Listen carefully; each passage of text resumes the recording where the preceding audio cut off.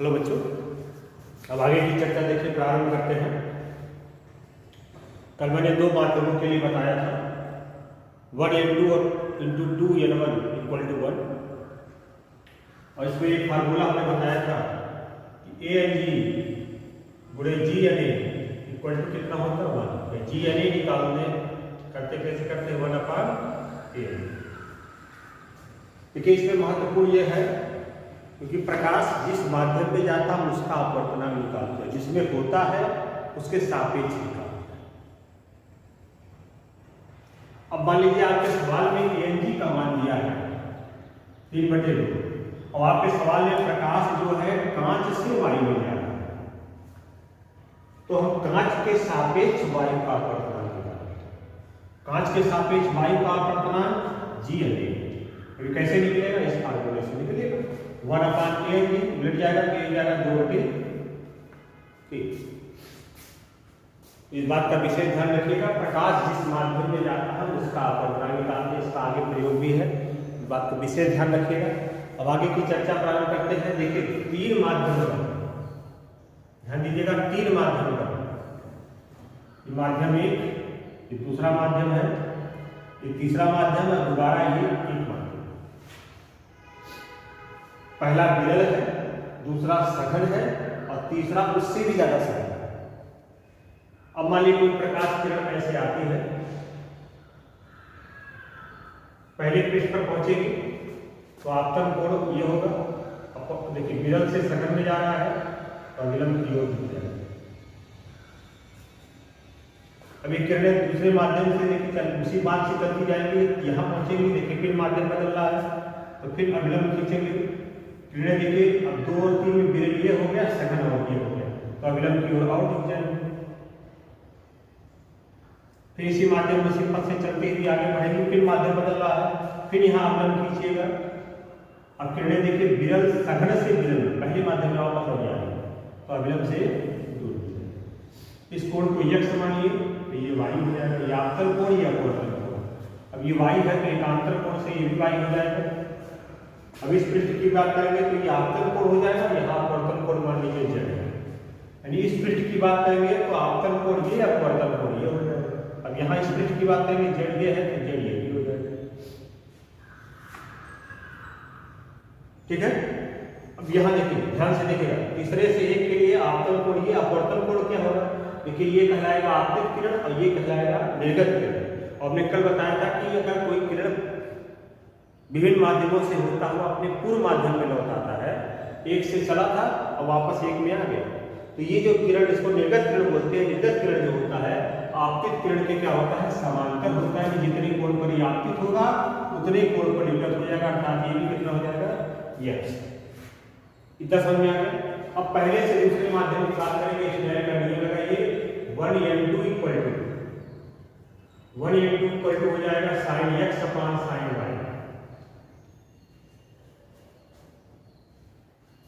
एक तरह से दूसरे से तीसरे में जा रहा है, 2 से 3 माध्यम के लिए स्नेल का नियम लगाएंगे। 2 से 3 के लिए आपतन कोणीय अपवर्तन कोणीय हो जाएगा 2n3 equal to sin y बटे sin z। और 3 से फिर 1 में जा रहा है, 3 से और 1 माध्यम के लिए आपतन कोणीय अपवर्तन कोणीय, तो 3n1 equal to sin z बटे sin x।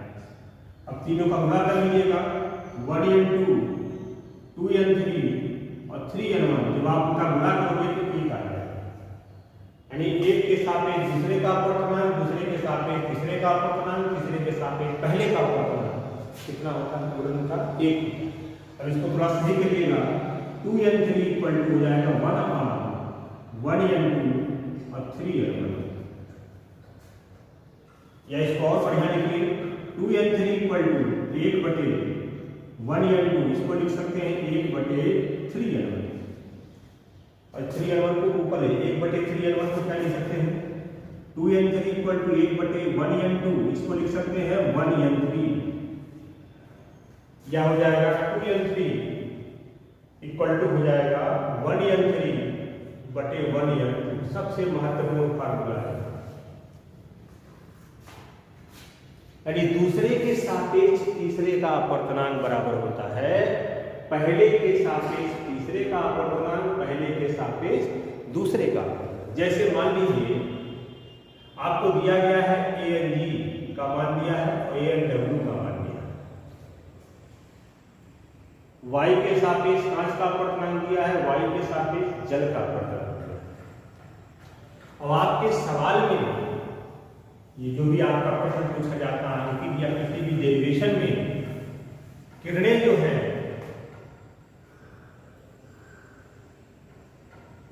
जल से कांच में जा रही है, तो WNG क्या हो जाएगा, जल के सापेक्ष कांच का अपवर्तनांक बराबर कैसे निकालेंगे, ANG बटे ANW। जिसका अपवर्तनांक निकालते हैं वो अंश में होगा, जिसके सापेक्ष निकालते हैं वो हर में होगा। वायु लिखना बहुत आवश्यक नहीं है कि किसी भी माध्यम का अपवर्तनांक वायु के सापेक्ष ही निकाला जाता है। WNG बराबर क्या होगा, NG बटे N, यहाँ एक लिखा हुआ है, छिपा हुआ है, यानी जल के सापेक्ष कांच का अपवर्तनांक बराबर कांच का अपवर्तनांक बटे जल का अपवर्तनांक। इसी तरीके से GNW अगर निकालना हो तो क्या लिखेंगे, NW बटे NG। आगे जैसे मान लीजिए सवाल दिया गया है ANG का मान दिया है 3/2 और ANW का मान दिया है 4/3। ये ना लिखा जाए तब भी सही है क्योंकि ये तो रहने करेगा। यानी कांच का अपवर्तनांक, कांच मतलब वायु के सापेक्ष कांच का अपवर्तनांक दिया है 3/2 और वायु के सापेक्ष जल का अपवर्तनांक दिया है 4/3। आपको निकालना है WNG, जल के सापेक्ष कांच का अपवर्तनांक। तो जल के सापेक्ष कांच का अपवर्तनांक क्या हो जाएगा, कांच का अपवर्तनांक बटे जल का।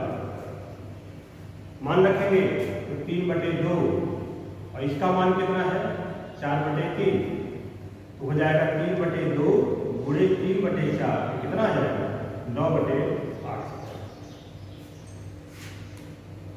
आगे समझ में सबको इस तरीके से एक और सिंपल फार्मूला है, आगे प्रयोग होगा 1n2, पहले माध्यम के साथ में दूसरे का अपवर्तनांक बराबर दूसरे का अपवर्तनांक बटे पहले का। ये आगे प्रयोग मिलाएंगे। 1n2 बराबर क्या होता है, n2 बटे 3n2 बराबर क्या हो जाएगा, दूसरे का अपवर्तनांक बटे तीसरे का। ये तो था अपवर्तनांक कैसे निकाला जाता है। अब इसके बाद आता है क्रांतिक कोण, क्रिटिकल एंगल।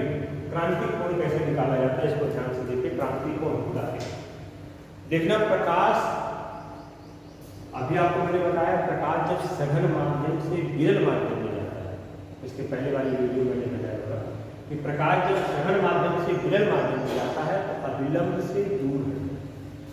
मान लीजिए कि सघन माध्यम है, सघन माध्यम को मैंने दूसरा माध्यम बोला था, विरल माध्यम को मैंने पहला माध्यम बोला। अब प्रकाश किरणें मान लीजिए सघन से विरल में जा रही है, तो ये आपतित किरण हो जाएगी। अविलंब, क्योंकि विरल माध्यम जा रही है तो अविलंब की ओर झुक जाएगी, ये आपतन कोण हो जाएगा और ये अपवर्तन कोण।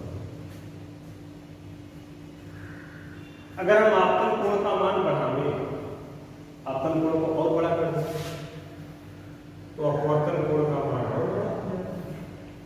अगर आपतन कोण का मान बढ़ाते जाए तो अपवर्तन कोण का मान भी क्या हो जाएगा, बढ़ता जाएगा। एक स्थिति ऐसी भी आएगी कि आपतन कोण के विशेष मान के लिए अपवर्तन कोण का मान 90 डिग्री हो जाएगा। इस विशेष आपतन कोण को कहते हैं क्रांतिक कोण और इसको लिखते हैं IC या सिर्फ C। अब दोनों लिख सकते हैं, या तो IC लिखेंगे या तो क्रांतिक कोण की क्या परिभाषा है, सघन विरल माध्यम के लिए, सघन विरल माध्यम के लिए आपतन कोण का वह मान जिसके लिए अपवर्तन कोण 90 डिग्री हो जाता है क्या कहलाता है, क्रांतिक कोण कहलाता है। इस क्रांतिक आपतन कोण को ही क्रांतिक कोण बोलते हैं। इसको मान लीजिए IC लिखा जाए, C न लिख के IC लिख दिया जाए, आप C भी लिख सकते, चलो C ही लिख दिया है। क्या परिभाषा होता है सघन विरल माध्यम के लिए, आपतन कोण का वह मान जिसके लिए अपवर्तन कोण 90 डिग्री हो क्या कहलाता है, क्रांतिक कोण कहलाता है। इसमें अगर स्टैंड का नियम लगाया जाए तो प्रकाश किरणें 2 से 1 में जा रही है तो 2n1 इक्वल टू हो जाएगा साइन सी बटे साइन 1। इसको ऐसा भी लिख सकते हैं 1/1 इक्वल टू साइन सी बटे 1। उलट दीजिए इसको 1n2 इक्वल टू हो जाएगा 1/sin।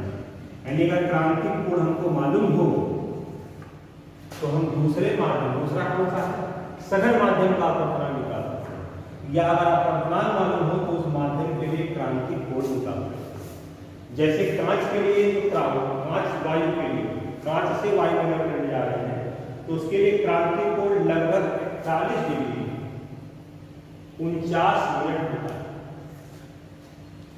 और जल से कांच में जा रहे हैं तो लगभग 48 डिग्री 39 मिनट।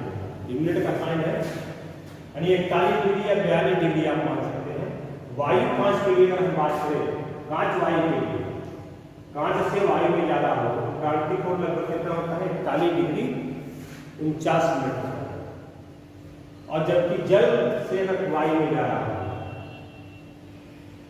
तो 48 डिग्री 39 मिनट होता है। इसको लगभग 49 डिग्री लिख सकते हैं और इसको लगभग कितना लिख सकते हैं, 41 समझ में आ गई। तो क्रांतिक कोण की परिभाषा क्या है कि जब सघन विरल माध्यम के लिए आपतन कोण का मान जिसके लिए अपवर्तन कोण 90 डिग्री होता है क्रांतिक कोण कहलाता है। क्रांतिक कोण अगर मालूम हो तो आप उस सघन माध्यम का अपवर्तनांक निकाल सकते हैं, या आप सघन माध्यम का अपवर्तनांक निकाल मालूम हो तो क्रांतिक कोण निकाल सकते हैं। जैसे एग्जाम्पल के तौर पे ANG बराबर क्या होता है 1/sin, या ANW क्या हो जाएगा 1/sin। इतना समझ में आ गया आपको। अब इसी तरह से इसमें एक और टॉपिक है, लास्ट टॉपिक, इसको कहते हैं पूर्ण आंतरिक परावर्तन। पूर्ण आंतरिक परावर्तन, पूर्ण आंतरिक परावर्तन क्या होता है? जैसे हमने अभी क्रांतिक कोण की परिभाषा बताई कि सघन विरल माध्यम के लिए आपके कोण का मान जिसके लिए अपवर्तन कोण 90 डिग्री होता है क्रांतिक कोण। मान लीजिए सघन माध्यम है और ये विरल माध्यम, सघन को 2 किया था, विरल को 1 किया था। क्रांतिक कोण का अगर आप करेंगे तो अपवर्तन कोण का मान 90 डिग्री। अब ध्यान से देखिए, अगर हम सघन विरल माध्यम के लिए आपतन कोण का मान क्रांतिक कोण से भी ज्यादा है, यानी I ग्रेटर देन C हो, आपतन कोण का मान क्रांतिक कोण से भी ज्यादा है तो किरणें और ऊपर चली जाएंगी, यानी उसी माध्यम में क्या हो जाएंगी, लौट जाएंगी परावर्तन के नियमानुसार। यानी सघन विरल माध्यम के लिए क्रांतिक आपतन कोण का मान क्रांतिक कोण से ज्यादा हो तो किरणें उसी माध्यम में परावर्तन के नियमानुसार लौट जाती हैं। इस घटना को कहते हैं पूर्ण आंतरिक परावर्तन। ठीक है, पूर्ण आंतरिक परावर्तन की पहली शर्त होनी चाहिए कि किरणें सघन से विरल में जाना चाहिए। सघन से किसमें जाना चाहिए, विरल में जाना चाहिए। दूसरी शर्त होनी चाहिए कि आपतन कोण का मान क्रांतिक कोण से क्या होना चाहिए, ज्यादा होना चाहिए। शर्त आता है पूर्ण आंतरिक परावर्तन की शर्त क्या है? पहली शर्त, किरणें सघन माध्यम से विरल माध्यम में जाए और आपतन कोण का मान क्रांतिक कोण से ज्यादा है।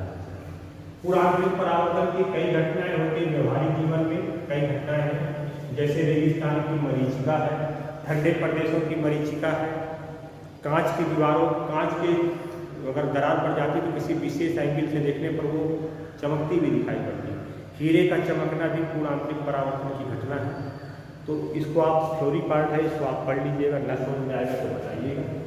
इसमें हम एक सवाल आपको बता देते हैं। जैसे मान लीजिए ये पात्र है, इस पात्र में मान लीजिए जल भरा हुआ है,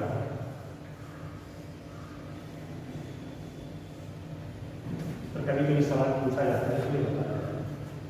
ये क्वेश्चन की दृष्टि से इंपॉर्टेंट है। और यहाँ इसके बेस पर इसमें H गहराई तक मान लीजिए, इस मान H गहराई तक जल है इस पात्र में, और इसके पात्र के तली पर एक बल्ले बल्ब रखा हुआ। तो आपसे पूछा जाए कि बल्ब का कितना भाग बल्ब के प्रकाश का कितना भाग बाहर निकल रहा है। तो देखिए बल्ब से बहुत सारी किरणें निकलेंगे, तो चूंकि सघन से किरण में जाएंगे तो अविलंब की ओर झुक जाएंगे।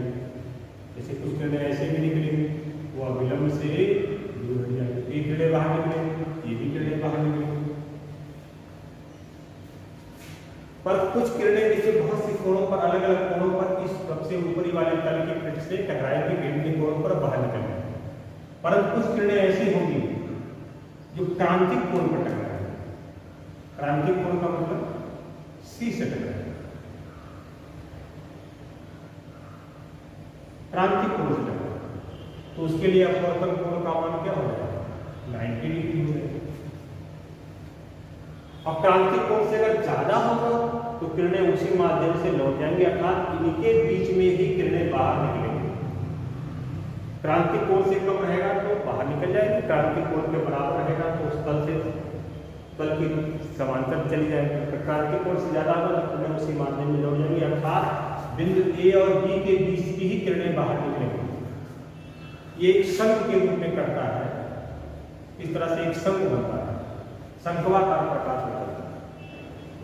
हमको क्या निकालना है? कितने क्षेत्रफल से प्रकाश बाहर निकलता है। यहां से इस पर लंब डाल दीजिए। मान लीजिए इस शंखवाकार भाग की त्रिज्या, आधार की त्रिज्या इस्मालार है। देखिए ये सी है तो ये भी सी है, और ये आपका डी मान लें। अब इस त्रिभुज में देखिए साइन सी बराबर, साइन सी बराबर क्या हो जाएगा? लंब बटे tan सी निकालिए, tan सी नहीं tan सी निकालिए, tan सी आपका क्रांतिक कोण है, आपको मालूम रहेगा पहले से। tan सी बराबर क्या हो जाएगा? लंब बटे आधार। तो लंब है आपका कितना है? r है। अब आधार ये कितनी गहराई तक? h गहराई तक। तो r बचे कितना हो जाएगा? h। r बराबर क्या हो जाएगा? h tan सी। अब r निकल गया तो इसके भाग का ये क्षेत्रफल शंखवाकार वृत्त के रूप में होता है, तो इसके निकले भाग का क्षेत्रफल क्या हो जाएगा? पाई r। यानी पहले आप क्रांतिक कोण मालूम करेंगे और क्रांतिक कोण से फिर आपका tan सी वाला फार्मूला लगाकर त्रिज्या निकालेंगे कि वृत्ताकार भाग की त्रिज्या कितनी होगी। तो त्रिज्या निकल गई तो उसका क्षेत्रफल क्या हो जाएगा? पाई r। ये चैप्टर आपका समाप्त हो गया। इस चैप्टर में सबसे ज्यादा इंपॉर्टेंट है, सवाल पूछ देता है कि कांच का अपवर्तनांक दिया गया, जल का अपवर्तनांक दिया गया, तो वायु कांच के सापेक्ष जल का अपवर्तनांक, जल के सापेक्ष कांच का अपवर्तनांक क्या होगा, इस पर एक सवाल आता है। क्रांतिक कोण की परिभाषा आती है। पूर्ण आंतरिक परावर्तन से क्या समझते हो? पूर्ण आंतरिक परावर्तन की शर्त कहते हैं, ठीक है। और पूर्ण आंतरिक परावर्तन पर कुछ अनुप्रयोग है व्यवहारिक जीवन में, जैसे रेगिस्तान की मरीचिका। मरीचिका का मतलब भ्रम होता है। जैसे आप देखोगे हाईवे पर अगर गाड़ी चलाते हैं दोपहर के समय गर्मी के लिए, तो दूर आपको जल का आभास होता है कि यहाँ पानी है, तो वो मरीचिका के कारण ऐसा होता है, पूर्ण आंतरिक परावर्तन के कारण। रेगिस्तान की मरीचिका का मतलब होता है रेगिस्तान में दोपहर के समय जब कोई यात्री चलता है, जाता है, यात्रा करता है, तो उसको दूर स्थित पेड़ का उल्टा प्रतिबिंब दिखाई पड़ता है, तो उसको वहाँ पानी होने का भ्रम हो जाता है। इस तरह से जहाज, ठंडे प्रदेशों में जहाज की मरीचिका होती है। हीरे का चमकना भी क्रांतिक कोण पर ही, पूर्ण आंतरिक परावर्तन पर आधारित होता है। या कांच की दरारों को किसी विशेष कोण पर देखा जाता है, तब भी पूर्ण आंतरिक परावर्तन घटना होती है। तो इसको आप पढ़ लीजिएगा, अगर नहीं समझ में आएगा तो आप मुझसे पूछ सकते हैं, मैं इसको वीडियो बना के भेज दूंगा, ठीक है। ये चैप्टर आपका समाप्त हो गया। अभी आपका चैप्टर समाप्त हो गया गोलीय परावर्तन, गोलीय दर्पण और प्रकाश का अपवर्तन। ये पहला चैप्टर आपका कंप्लीट हो गया। कल हम आपको नोट्स, या आज ही नोट्स आपको हम भेज देंगे। इसके बाद कल से एक नया चैप्टर शुरू होगा, गोलीय पृष्ठों पर प्रकाश का अपवर्तन। सबसे महत्वपूर्ण चैप्टर है, ये बोर्ड परीक्षा की दृष्टि से बहुत इंपॉर्टेंट है, तो इसके बारे में चर्चा आपसे कल होगी।